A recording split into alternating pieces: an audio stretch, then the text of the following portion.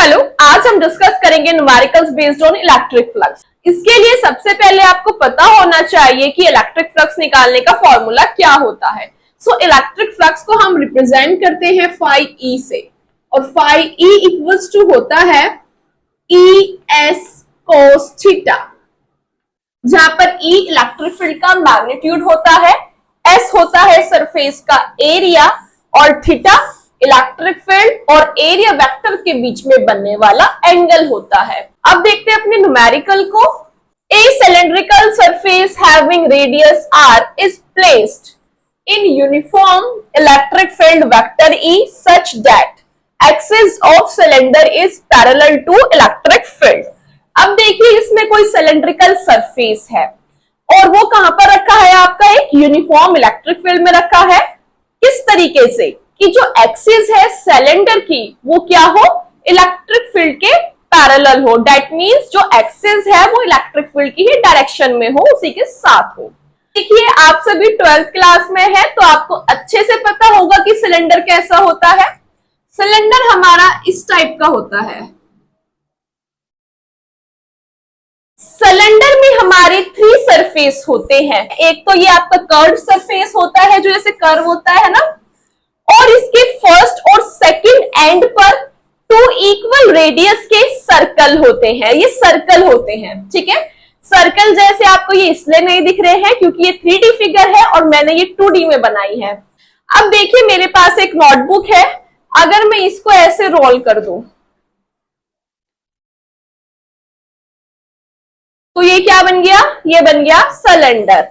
ये इसका curve surface है, इसके अपर और लोअर एंड में 2 इक्वल रेडियस के सर्कल्स हैं। अभी आपको बताया इसके अपर और लोअर एंड पर 2 इक्वल रेडियस के सर्कल होते हैं, ठीक है।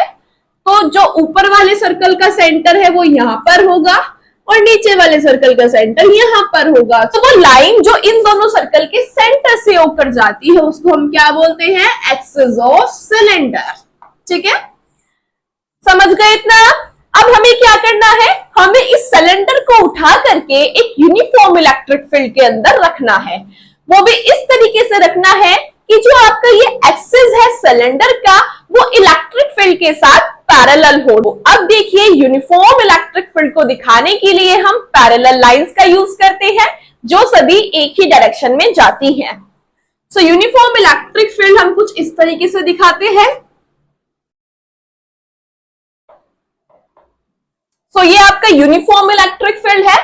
अब हमें इस सिलेंडर को उठा करके इस यूनिफॉर्म इलेक्ट्रिक फील्ड में इस तरीके से रखना है कि ये जो एक्सिस है इस सिलेंडर का, ये इस यूनिफॉर्म इलेक्ट्रिक फील्ड के साथ पैरेलल हो। दैट मींस इसका एक्सिस अभी ऐसे है, तो यूनिफॉर्म इलेक्ट्रिक फील्ड कैसे है आपका, लेकिन इस तरीके से है। तो इसके साथ पैरेलल करने के लिए आपको क्या करना होगा, इसके एक्सिस को ऐसे रखना होगा, यानी कि इस सिलेंडर को आपको इस तरीके से इस यूनिफॉर्म इलेक्ट्रिक फील्ड के अंदर रखना होगा, ठीक है। तो सिलेंडर को हमने इस तरीके से इस यूनिफॉर्म इलेक्ट्रिक फील्ड के अंदर रख दिया कि जो इस सिलेंडर की एक्सिस है वो इस इलेक्ट्रिक फील्ड के साथ पैरेलल हो गई है। अब यहाँ पर अपने न्यूमेरिकल में देखते हैं आगे क्या करना है। Find the electric flux linked with each surface of cylinder. आपको सिलेंडर के हर एक सरफेस के साथ लिंक इलेक्ट्रिक फ्लक्स कैलकुलेट करना है। What is the total flux linked with cylinder? और आपको ये बताना है कि जो टोटल फ्लक्स है इस सिलेंडर के साथ वो कितना लिंक है। सिलेंडर में हमारे 3 सरफेस होते हैं। पहला सरफेस ये S1, दूसरा ये कर्व्ड सरफेस S2, तीसरा आपका फिर से ये वाला सरफेस S3। हमें क्या करना है इस न्यूमेरिकल में, हमें सेपरेटली phi1, phi2, phi3 निकालना है, ठीक है। यानी कि सेपरेटली इसका अलग इलेक्ट्रिक फ्लक्स निकालेंगे, इसका अलग निकालेंगे, इस कर्व सरफेस का अलग से इलेक्ट्रिक फ्लक्स निकालेंगे, ठीक है। इसमें हमारा फर्स्ट पार्ट हो जाएगा न्यूमेरिकल का। एंड फाइनल पार्ट के लिए हम तीनों इलेक्ट्रिक फ्लक्स को ऐड कर देंगे, तो हमें क्या मिलेगा, इस पूरे टोटल सरफेस से होकर जाने वाला इलेक्ट्रिक फ्लक्स हमें मिल जाएगा। चलिए इस न्यूमेरिकल को प्रोसीड करते हैं। इलेक्ट्रिक फ्लक्स हम निकालेंगे S1 सरफेस के लिए, वो क्या होगा, phi1 equals to E S1 cos theta. अब हमें ये देखना है कि ये जो थीटा है वो कितना होगा। थीटा क्या होता है, एरिया वेक्टर और इलेक्ट्रिक फील्ड के बीच में बनने वाला एंगल होता है। अब देखिए सरफेस S1 आपका ये रहा, इसका एरिया वेक्टर जो होगा वो किस डायरेक्शन में होगा, एक तो इस सरफेस के परपेंडिकुलर होगा वो, ठीक है, और इस डायरेक्शन में होगा। अब आप सभी के माइंड में ये क्वेश्चन आया होगा कि इस डायरेक्शन में ही क्यों है, इस डायरेक्शन में क्यों नहीं है, ठीक है, जबकि आपने तो ये बताया था कि किसी भी डायरेक्शन में ले सकते हो, सरफेस के परपेंडिकुलर होना चाहिए। तो देखिए जब मैंने आपको पढ़ाया था एरिया वेक्टर के बारे में तो हमने वहां पर एक प्लेन सरफेस लिया था जिसका एरिया S ले लो, तो इसका जो एरिया वेक्टर है वेक्टर S वो आप इधर भी ले सकते हो और वो आप इधर भी ले सकते थे, ठीक है। लेकिन इस कंडीशन में जिसका एरिया वेक्टर है वो हम सिर्फ इस डायरेक्शन में ही लेंगे, इधर बाहर की तरफ। ऐसा क्यों, क्योंकि ये आपका एक ओपन सरफेस था। तब जब आपके पास ओपन सरफेस आएगा तो आपके पास ये चॉइस रहेगी कि आप एरिया वेक्टर चाहो तो इस डायरेक्शन में ले लो, चाहो तो इस डायरेक्शन में ले लो, होना चाहिए इस सरफेस के परपेंडिकुलर। लेकिन क्लोज सरफेस के लिए एरिया वेक्टर लेते तो हम सरफेस के परपेंडिकुलर ही हैं, बट हमेशा आउटवर्ड लेते हैं और ये सरफेस आपका क्लोज्ड है। इस कंडीशन में जो आपका S1 वेक्टर होगा वो इस सरफेस S1 के परपेंडिकुलर होगा एंड आउटवर्ड होगा। सो देखिए यहां पर जो वेक्टर होगा S1 वो इस डायरेक्शन में होगा। तो यानी कि जो एंगल है एरिया वेक्टर और इलेक्ट्रिक फील्ड के बीच में बनने वाला वो कितना है यहाँ पर 180 डिग्री, क्योंकि इलेक्ट्रिक फील्ड आपका इधर जा रहा है और एरिया वेक्टर आपका इधर जा रहा है, तो जो एंगल है इन दोनों के बीच में बनने वाला वो है आपका 180 डिग्री, ठीक है। φ1 equals to ES1 cos 180 degree और cos 180 की वैल्यू होती है -k1, तो आपका φ1 किसके बराबर होगा -ES1। तो जो एरिया होता है सर्कल का वो कितना होता है πr²। सो S1 यहाँ पे एरिया ही तो है, तो क्या लिख सकते हो आप -e इंटू 4πR²। अब मैंने यहाँ पे कैपिटल R का यूज क्यों किया, क्योंकि क्वेश्चन में दिया हुआ है कि जो आपका सिलेंडर है उसका रेडियस कितना है R, तो यानी कि रेडियस है तो सर्कल की तो रेडियस की बात हो रही होगी, ये R है, ठीक है। हम बात करते हैं इस सेकंड सरफेस की।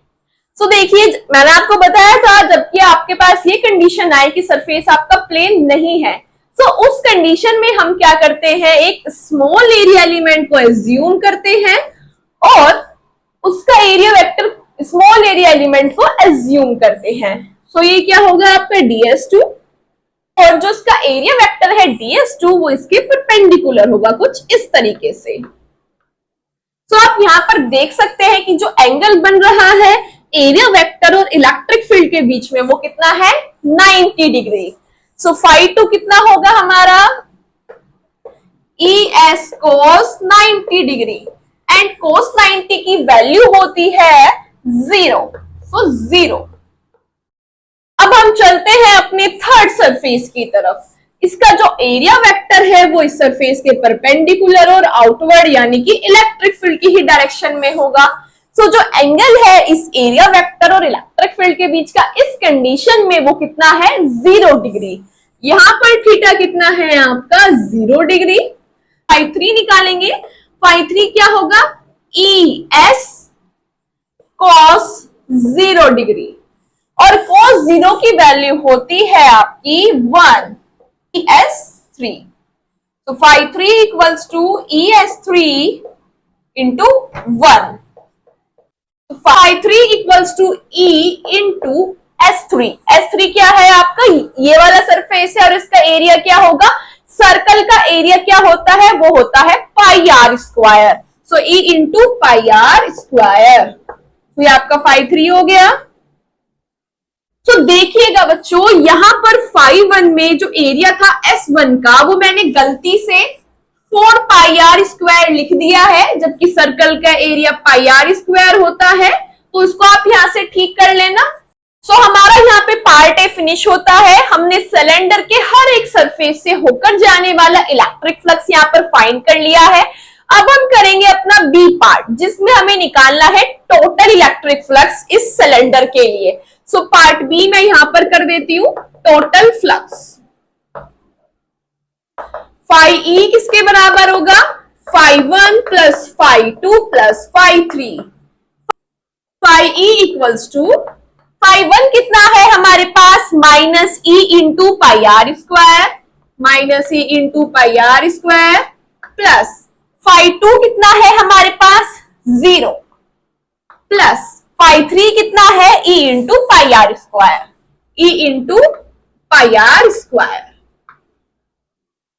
अब देखिए यहाँ पे minus E pi are square plus E pi are square cancel out हो जाएगा। सो जो टोटल फ्लक्स है हमें कितना मिलेगा, वो मिलेगा हमें 0।